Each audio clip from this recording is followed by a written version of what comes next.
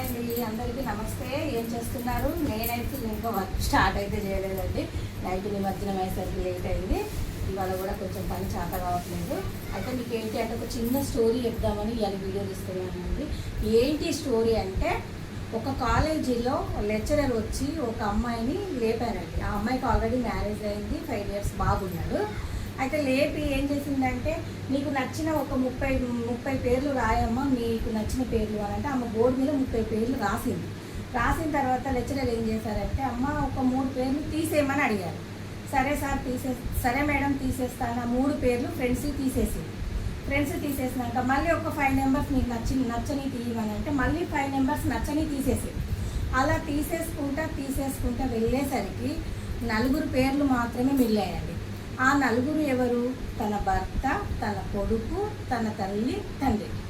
చూసారా, 4 ఉన్నాయి. ఒరాకి అక్కడ మేడం కూడా ఆ 4 పేర్లల్లా ఇంకొక 2 తీసేయాలమ్మా అని అడిగింది. అప్పుడు ఆమెకు అసలు ఏం చేయాలి, ఏం మాట్లాడాలో కూడా అసలు అంతు పట్టలేదు. కళ్ళల్లోకి ఇట్లా నీళ్ళు తిరుగుతున్నాయి. ఎందుకు మేడం అంటే, లేదమ్మా నువ్వు తీసేయమన్నారు.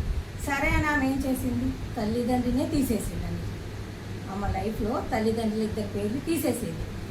అది కళ్ళ కొంత నీళ్ళు కారుతున్నాగా తీసేసిన తర్వాత ఇంకా 2 ఉన్నది, భర్త ఉంది, కొడుకు ఉంది. అవి ఉన్నాక కూడా ఆ మేడం ఏమంది, ఇంకొకళ్ళ పేరు కూడా తీసేయమ్మా అని అడిగింది.